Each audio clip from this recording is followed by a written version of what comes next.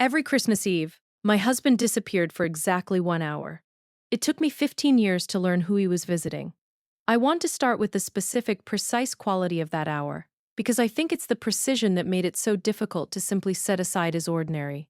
Not a rough estimate of an hour, not give or take, but an hour so exact that I could have set a clock by his departure and return, 6:15 to 7:15 every single Christmas Eve, for 15 years, regardless of weather. Regardless of which of our own family gatherings it interrupted. Regardless of how many times our children asked, as they grew older, where their father disappeared to on the one night of the year everyone else was gathered around the same table. Hello. My name is Laura, and this is the story of 15 Christmas Eves spent watching my husband leave, without explanation, and the December morning I finally understood that the hour he protected so fiercely was not evidence of a secret shame, but the most disciplined, faithful act of penance and grace I have ever witnessed another human being carry out. This isn't a story about another woman, though I want to be honest that in the earliest years, that fear crossed my mind more than once. This is a story about a young man named Tom, a phone call his widow made 15 years ago that changed the entire shape of a holiday I thought I understood completely, and the particular kind of love it takes to keep showing up, year after year, for a debt that can never actually be repaid.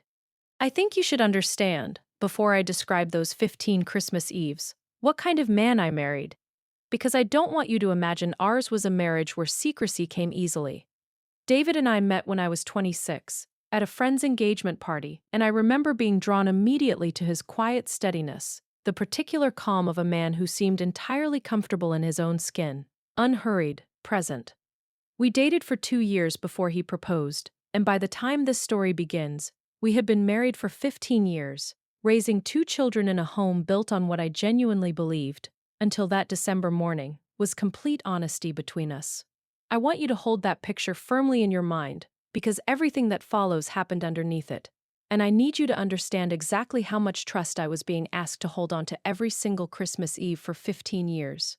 We married in a small chapel near his parents' house, a modest ceremony with only close family in attendance, and I remember his toast that evening, brief and heartfelt, thanking everyone for standing beside him through what he called, vaguely, a difficult few years before we met, without ever specifying further what that difficulty had actually involved.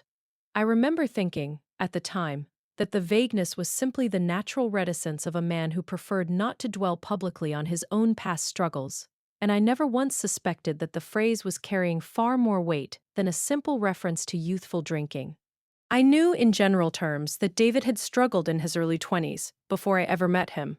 He had told me, early in our relationship, that he'd gone through what he called a rough patch after college, drinking more than he should have, making choices he wasn't proud of, before getting sober at 23 and rebuilding his life from something close to rock bottom. I admired him for that honesty, for the clear-eyed way he discussed his own recovery without flinching from it, and I never once felt the need to press for more specific details than he offered. I understood, the way you understand these things in a healthy relationship, that some parts of a difficult past are shared in careful, deliberate doses, and that respecting someone's pace with that kind of disclosure is its own form of trust. What I did not know, for 15 years, was the specific shape of what that rough patch had actually cost someone else. The pattern began the very first Christmas Eve we spent together as a married couple, though I didn't recognize it as a pattern yet, only as a strange, singular oddity. We were at his parents' house, the whole extended family gathered for the traditional dinner, and at exactly 6:15, David stood up from the table, told everyone he needed to run a quick errand, and left without further explanation. I remember his mother's face in that moment, a carefully composed expression I would come to recognize, over the following years, as the specific look of someone who knew exactly where he was going and had long ago decided not to ask questions about it in front of company. He returned almost precisely an hour later, quieter than when he'd left, and settled back into the evening as though nothing unusual had happened at all. I asked him, gently, once we were alone that night, where he'd gone, and he told me only that it was something private, something important, and that he'd explain it to me eventually, when the time felt right. I accepted that answer, that first year, the way you accept an unfamiliar new family tradition, filing it away as simply one more thing I didn't yet fully understand about the man I'd just married. I want to tell you about the second year specifically, because it's the year I first began cataloging details without fully admitting to myself that I was doing so. We were visiting my own parents that Christmas, an entirely different city, an entirely different neighborhood, and I remember thinking, with a small flicker of relief, that surely this year would be different, that whatever errand had called him away the previous year was tied specifically to his parents' town rather than to the holiday itself. At exactly 6:15, he stood, kissed my forehead, told my own bewildered parents he needed to step out briefly, and returned, as always, precisely an hour later. I understood, in that moment, that whatever this was, it was not bound to a location at all. It traveled with him, wherever we happened to spend the holiday, which meant it required some kind of planning, some quiet research beforehand to know exactly where he needed to go, no matter which city we were in. But the following year, it happened again, and the year after that. In other words, what began as a single unexplained absence became, over the following 15 years, an unbroken, precisely timed ritual. 1 hour carved out of every single Christmas Eve, regardless of where we were, regardless of whose house we were hosting, regardless of the year our youngest was running a fever, and I genuinely needed his help managing a sick, cranky toddler while extended family looked on. He left. He returned an hour later, and he never once, across 15 years, offered anything beyond the same vague explanation. Something private, something he'd tell me eventually, when the time felt right. I want to be honest about how I managed those 15 years, because I think it matters for anyone listening who has quietly made a similar peace with an unanswered question. In the early years, I told myself this was simply an eccentricity, a private ritual tied to his recovery, perhaps an annual meeting related to his sobriety, something sacred enough that questioning it too directly would feel like an intrusion on his healing. I had, after all, watched him build an entire disciplined structure around his recovery, regular meetings, a sponsor he spoke with weekly, careful boundaries around alcohol at every family event we ever hosted. It was not difficult, in those early years, to fold the Christmas Eve hour into that same category of private, necessary maintenance. What this actually meant, in practice, was 15 years of quietly setting aside a question that grew heavier with every passing December, a stone I had learned to live around rather than confront directly. I remember the year our daughter turned 9, old enough by then to notice the pattern the way children eventually notice everything. She asked me, straightening the ornaments on our tree while we waited for David to return, why Dad always disappeared during the best part of Christmas Eve, missing the moment we usually opened one present early, a small tradition of our own that had somehow always fallen, coincidentally or not, into that same hour. I remember the specific, cold sensation that moved through my body at the question, my hands going still on the ornament box before my mind caught up to the fear beneath it.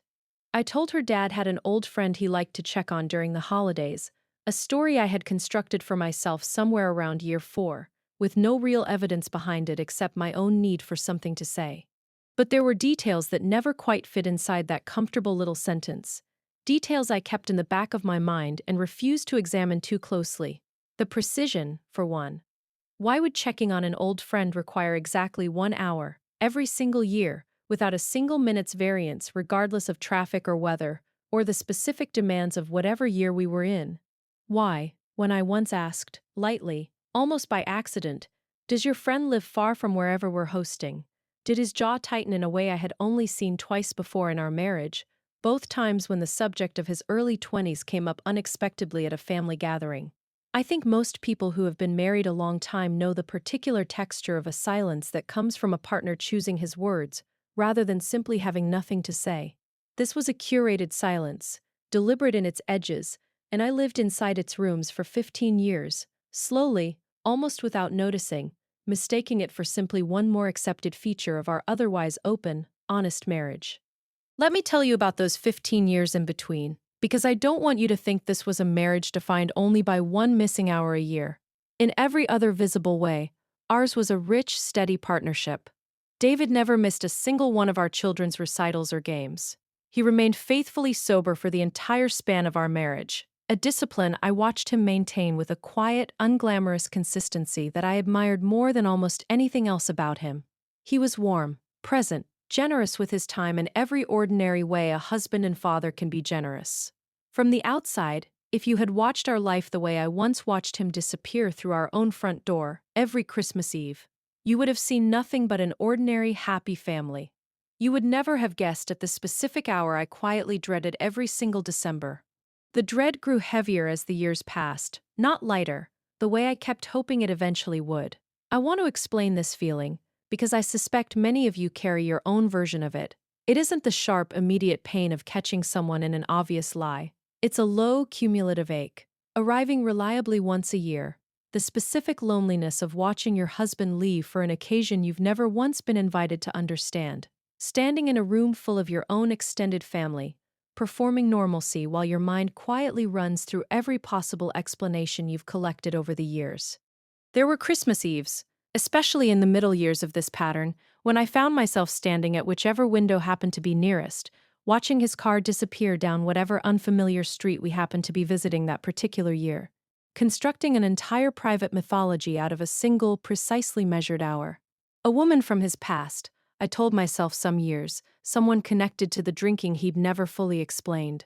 A child I didn't know about, conceived during those difficult years before we met, quietly supported and visited once a year in secret. In my very worst moments, I imagined something even darker, some ongoing obligation tied to whatever specific incident had finally pushed him toward sobriety at 23, a detail he had always kept carefully vague no matter how many times, over the years, I gently probed for more. I remember calling my closest friend during the 11th year of this pattern, unable to hold the weight of it alone any longer, describing the precisely measured hour, the tightened jaw, the mother-in-law's carefully guarded expression that had told me, for years, that everyone but me seemed to understand something significant. My friend listened for a long while and then asked the question I had been avoiding asking myself directly: did I actually believe, in my heart, that David was capable of the kind of ongoing deception an affair would require after everything else I knew about his character? I sat with that question for a long time after we hung up, and the honest answer, even in my most frightened Decembers, had always been no. It was never his fidelity I doubted. It was only my own capacity to keep living inside an unexplained ritual, year after year, without a single honest thread to hold on to. I want to pause here and say something to anyone listening who recognizes their own version of this ache.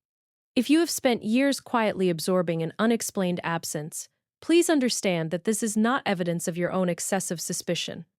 Sometimes the people we love build a single, carefully protected hour into their year, not because they don't trust us, but because they are afraid that opening that particular door will release something they haven't yet found the words to explain, even to themselves. There is a particular Christmas Eve, about 8 years into this pattern, that I still think about often.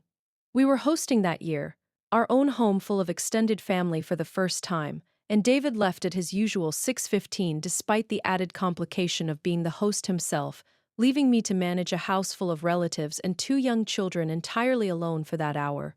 I remember feeling, that particular year, a resentment sharper than any I'd allowed myself before, standing in my own kitchen watching his car pull away while my mother-in-law asked, not unkindly but pointedly, whether this was really the best year for him to keep up his little tradition.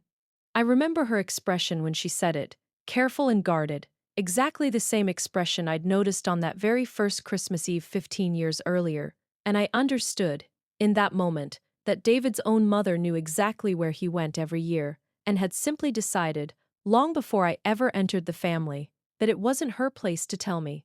I confronted David that night, once the guests had gone and our children were finally asleep, my voice shaking with 8 years of accumulated frustration finally breaking its surface. I asked him directly whether his mother knew where he went, and if so, why an entire extended family had apparently agreed, tacitly, to protect a secret from me that everyone else seemed to already understand.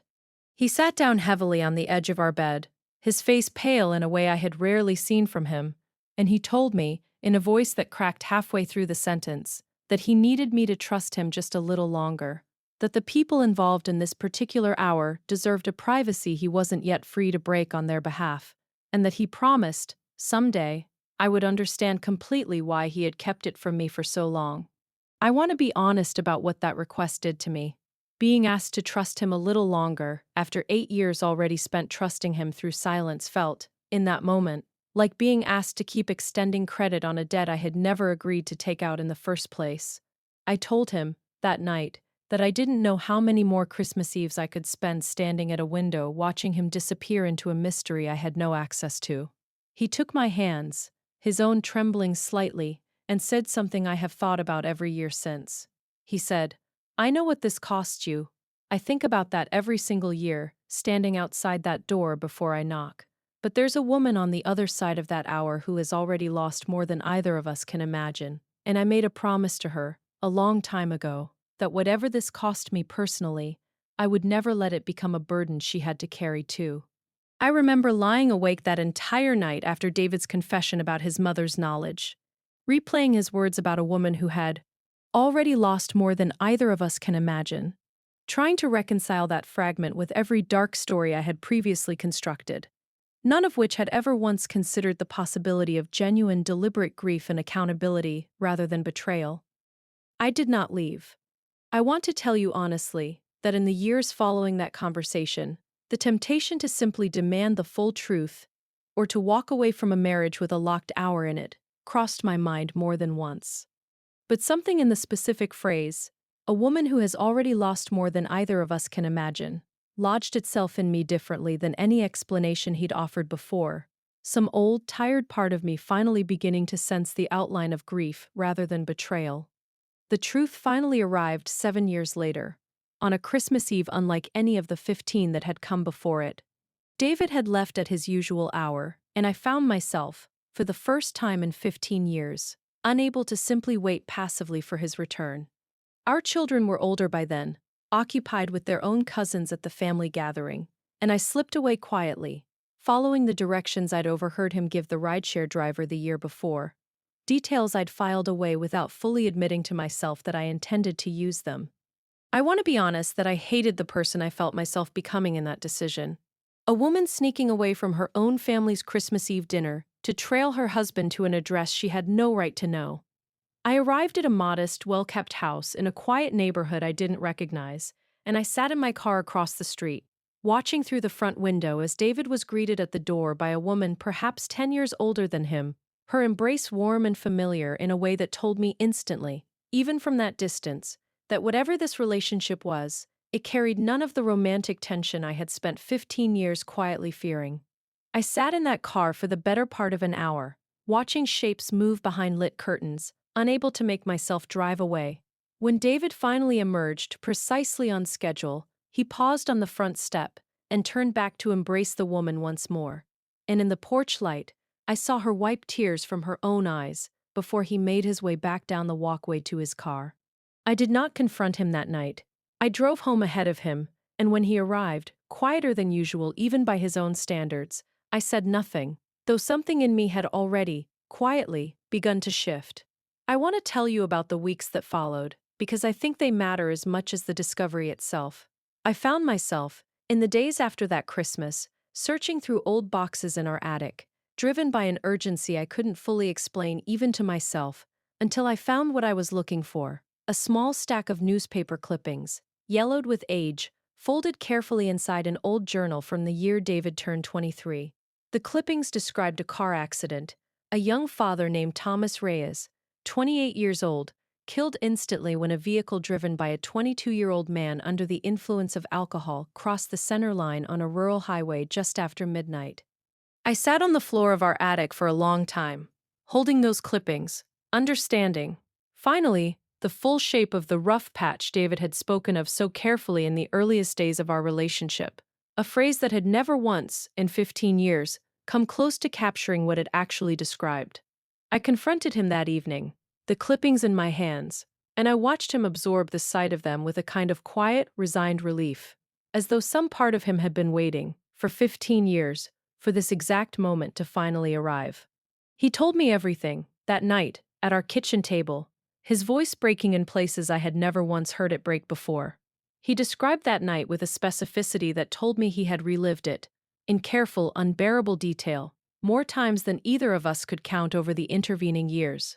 He told me about the party he'd left too late, the particular arrogance of believing, at 22, that he was more capable behind the wheel than he actually was, the last clear memory he had, before the impact being a song on the radio, he still, to this day, could not bring himself to listen to. He told me about waking up in the hospital, disoriented and in pain, and the specific, sickening moment a police officer entered his room to explain, gently but plainly, exactly what his choices that night had cost another family. He told me about the accident in full detail for the first time in our marriage, the specific, unbearable weight of learning, in the hospital where he himself was treated for minor injuries, that the driver of the other vehicle had died at the scene, a young husband and father named Tom, survived by his wife Elaine and a daughter not yet 2 years old. He told me about the trial, the guilty plea he insisted on entering despite his lawyer's advice to fight the charges, a decision that had strained his relationship with his own parents for months, who worried the plea would define the rest of his life unnecessarily. He told me about the 18 months he served, the particular discipline of sobriety he built for himself inside those walls, attending every recovery meeting available to him, reading everything he could find about accountability and restorative justice, slowly constructing, in that small cell, the specific, singular promise he would carry with him for the rest of his life, that if he ever earned the chance to speak with Tom's widow directly, he would spend however many years it took making himself available to her in whatever small way she might ever need, without ever once expecting forgiveness in return. I asked him about his time in prison, gently, aware I was asking him to revisit territory he had clearly spent years trying to compartmentalize even from himself. He told me about the letters he wrote and never sent, dozens of them, each one an attempt to find language adequate to what he needed to say to Elaine, each one discarded as insufficient before he finally settled, months later, on the simple, unadorned letter he ultimately mailed.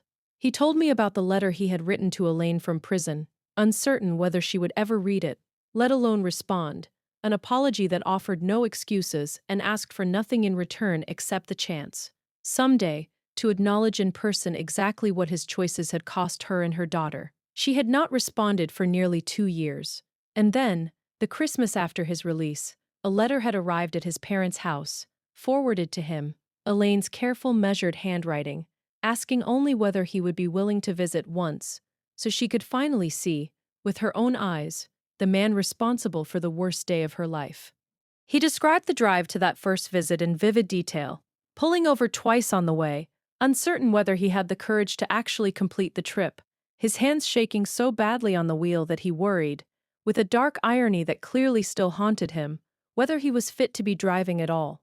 That first visit, David told me, had been the hardest hour of his entire life, sitting across from a woman whose husband he had killed, absorbing whatever anger or grief she needed to offer him without flinching from any of it. But at the end of that hour, Elaine had told him something he never expected. She said that carrying her anger toward him, alone, for 2 years, had been its own kind of prison, and that she was tired, more than anything else, of carrying it by herself. She did not offer forgiveness that day, not fully, not yet, but she asked him to come back, the following year, same time, same hour, so that whatever this strange, difficult relationship was becoming, it could continue on its own terms, at its own pace, without either of them needing to name it as anything more than exactly what it was. He told me about the years in between, how the conversations had slowly shifted, year after year, from raw, difficult grief towards something gentler, Elaine eventually sharing small stories about Tom, about their daughter's milestones, about her own slow, complicated process of rebuilding a life she'd never expected to have to rebuild. He told me about the year Elaine's daughter turned 16, and asked, for the first time, to be present for part of the visit, wanting finally to meet the man whose choices had shaped her entire childhood, and how that particular Christmas Eve had been the most difficult of all 15, harder even than the very first one, watching a young woman search his face for whatever answers she needed about a father she barely remembered. He had returned every single year since, 15 Christmas Eves in a row, the visit growing, slowly, from an hour of raw grief into something closer to a genuine, complicated friendship, one built entirely on the unglamorous discipline of simply showing up, year after year, without ever once missing the appointment or asking for anything in return. I asked him, once he'd finished, the question that had been sitting beneath all my other questions for 15 years. I asked him why he had never told me, especially in the later years, once our own marriage had grown so solid that surely, I told him, he must have known I could have handled the truth. He told me that in the earliest years, He had been terrified that telling me the full story would change how I saw him permanently, that I would never again be able to look at him without seeing the young man responsible for another man's death. And later, once the visits had become an established, sacred part of his year, he had grown afraid of something else entirely, a fear he confessed with visible shame. He worried that bringing me into that particular room, even through a shared conversation at our own kitchen table, would somehow dilute what remained. At its core, a private reckoning between himself and the specific family he had harmed, a reckoning he did not feel he had the right to make about anyone but himself. He said, and I have thought about this sentence every day since. I told myself I was protecting Elaine's privacy. I understand now that I was also protecting myself from having to see the shame on your face, if it ever showed up there at all. I want to tell you what happened after that conversation, because I believe the ending matters every bit as much as the 15 years of silence that came before it. I sat with him at that kitchen table for a long time after he finished speaking, the newspaper clippings still resting between us, and I found myself reaching across for his hand, the same hand that had steadied itself on a stranger's front door 15 consecutive Christmas Eves in a row. I thought about the 15 years I had spent constructing an entirely different, far more painful story out of his silence, and I felt, alongside a growing tenderness, a fresh grief of my own for all the Decembers I might have spent supporting him through that particular hour instead of unknowingly resenting it from a distance. I did not feel, in that moment, anything close to the vindication I might have expected after so many years of quiet suspicion. I felt instead an overwhelming tenderness for the frightened 23-year-old man who had walked into a stranger's living room to face the worst consequence of his own life's worst mistake, and for the 15 years of unglamorous disciplined penance he had carried out entirely alone, never once seeking credit or comfort for what it clearly cost him every single December. I asked him if I could meet Elaine. He was quiet for a long time, weighing, I think, 15 years of careful, protective habit against this new, tentative possibility of finally letting his two separate worlds intersect, and then he told me he would ask, but that whatever answer she gave would need to be entirely her own decision.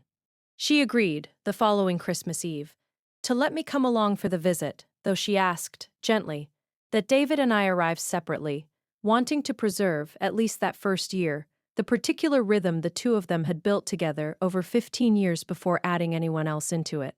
I understood that request completely, having spent 15 years myself learning, however painfully, the specific value of a ritual protected exactly as it needs to be protected, and I arrived 20 minutes after David, giving the two of them time to settle into their own familiar opening exchange before I ever knocked on the door.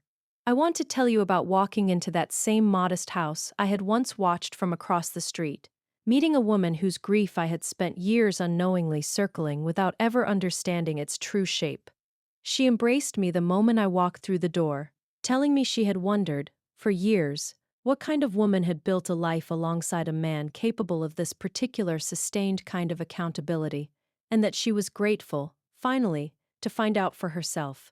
Elaine's daughter, now 31 and a nurse herself, joined us partway through that visit, and I watched her greet David with an ease that told me exactly how far their own relationship had traveled since that difficult 16th birthday visit years earlier. She told me, sitting beside me on the sofa while David and Elaine spoke quietly in the kitchen, that she had spent years resenting her mother's willingness to let David back into their lives at all, unable to understand, as a teenager, how anyone could forgive something so enormous. She said it was only in her own adulthood, training as a nurse and witnessing firsthand how differently people carry grief and guilt, that she finally understood her mother's choice not as forgiveness, exactly, but as a refusal to let one terrible night define the entirety of who everyone involved was allowed to become. I want to tell you about the specific detail that undid me most that evening. On a side table near the window, Elaine kept a small framed photograph of Tom, young and laughing, beside it a second, smaller frame containing a folded piece of paper. She told me, following my gaze, that it was the original letter David had written her from prison, kept not out of any lingering bitterness, but because rereading it, every year before his visit, reminded her of exactly how far both of them had traveled together since that first, unbearable hour, 15 years earlier. I asked Elaine, carefully, whether she had ever considered simply telling him, at some point over the years, that he no longer needed to keep coming, that whatever debt he believed he owed had long since been paid in full through the sheer consistency of his return. She was quiet for a long moment, and then she told me that she had, in fact, offered him exactly that release around the 10th year, worried that the visits had become more about his own guilt than about anything she actually needed from him anymore. She said David had asked, gently, whether she wanted him to stop, and when she admitted she genuinely didn't know, he had told her that he intended to keep coming regardless, not as an obligation any longer, but because somewhere in the accumulated years, the visit had simply become something he valued for its own sake, a friendship built from wreckage that neither of them wanted to abandon, just because the original debt had technically been settled. I think about those 15 years often now. I think about all the dark, unworthy stories I constructed out of a single, precisely measured hour. And I want to say clearly, for anyone listening who has ever quietly endured their own version of an unexplained annual absence, not every locked hour is evidence of betrayal. Sometimes it is evidence of a debt so serious and so carefully honored that the person carrying it does not yet trust himself to explain it without breaking entirely. That does not mean my own suspicion, across those 15 years, was foolish or unearned. I want to be honest about that too, because I think it matters as much as the tenderness of the ending. An unexplained hour, repeated with unwavering precision for 15 consecutive years, is not a small thing, and a woman who grows afraid in the face of it is not a woman failing at trust. She is a woman paying attention to her own life, and she deserves an honest answer far sooner than 15 years of silence ever gave me. I think sometimes about the version of this story I might be telling you if I had let those 15 years of silence finally convince me to give up on the marriage entirely before ever learning the truth behind it. I think about how easily an unexplained pattern, sustained long enough, can calcify into a resentment no reconciliation could later undo. And I am grateful, every single Christmas Eve now, that some patient, stubborn part of me kept choosing to stay curious rather than let suspicion win outright. If I could go back, I would not tell myself to simply endure 15 more Christmas Eves without ever asking a harder, more direct question. I would tell myself that a marriage cannot survive indefinitely on unexplained secrecy, no matter how noble the eventual reason turns out to be, and that the conversation David and I finally had at our kitchen table was owed to me, in some honest form, far sooner than 15 years into our marriage. But I would also tell myself this, and I offer it now to anyone listening who is standing, tonight, in front of their own version of a precisely measured, unexplained hour. Know your worth and never let yourself believe that loving someone patiently means accepting a locked, unexplained ritual indefinitely, no matter how noble the eventual reason turns out to be. Your peace matters as much as anyone else's private grief, and a debt of accountability, however sacred, is not well served by a marriage quietly eroding under the weight of one partner's accumulating fear. Understand that some absences are not evidence of a heart wandering away from you, but evidence of a heart trying, in its own disciplined and private way, to make amends for a debt that can never actually be fully repaid, only faithfully, humbly honored year after year. Remember that shame, when it is never given somewhere honest to go, will often disguise itself as distance, as unexplained departures, as a jaw that tightens whenever a particular subject drifts too close to the surface. Recognize, too, that true accountability is rarely a single dramatic gesture, an apology delivered once and considered finished. It is, far more often, the unglamorous discipline of showing up again and again, year after year, long after the initial crisis has passed, long after anyone would blame you for quietly letting the obligation fade. David's 15 consecutive Christmas Eves were never about proving anything to anyone else. They were about refusing to let his own accountability expire simply because enough time had passed that no one would have noticed if it had. The absence of an explanation is not the same thing as the absence of love. Learn, too, that some of the most devoted people among us are also the ones most practiced at hiding their own devotion, believing, mistakenly, that protecting someone else's privacy requires sacrificing their own marriage's honesty entirely, when in truth, a good marriage can almost always be trusted to hold both at once. Consider, too, how rare it is to witness genuine accountability sustained over such a long span of time, entirely without an audience, entirely without the recognition most acts of contrition eventually seek out. David never once, in 15 years, mentioned his Christmas Eve visits to anyone beyond the small circle who already knew. He never sought sympathy for the burden, never used it to excuse other shortcomings, simply carried it quietly, year after year, exactly the way genuine accountability is supposed to look when no one is watching closely enough to reward it. And believe, finally, that the truth waiting behind the silence you've spent months or years quietly fearing is rarely the monster your sleepless nights have built for you. Far more often, if you find the courage to ask, what you'll discover is not an ending at all, but a devotion so quiet, so disciplined, and so carefully guarded that it simply needed the right moment and the right amount of trust to finally be allowed to speak its own name. Elaine joins our own family for Christmas Eve dinner now, every year. Before David's visit simply becomes an ordinary part of an evening we all share together rather than a secret hour carved silently out of it. Her daughter, grown now with children of her own, calls David her honorary uncle, a title neither of them ever expected but both have come, over the years, to treasure completely. Her own children call him Uncle David, without ever having been told the full history behind that title, a detail Elaine and I have discussed carefully, agreeing that the story belongs to them to share, someday, on their own timeline, exactly the way David once shared it with me. I think often about the 15 years I spent afraid of that precisely measured hour, and I am endlessly grateful that the truth waiting behind it was never the ending I once feared, but the quiet, ongoing beginning of a family bound together not by blood, but by the specific, extraordinary discipline of one man refusing, year after year, to let his worst mistake go unaccounted for.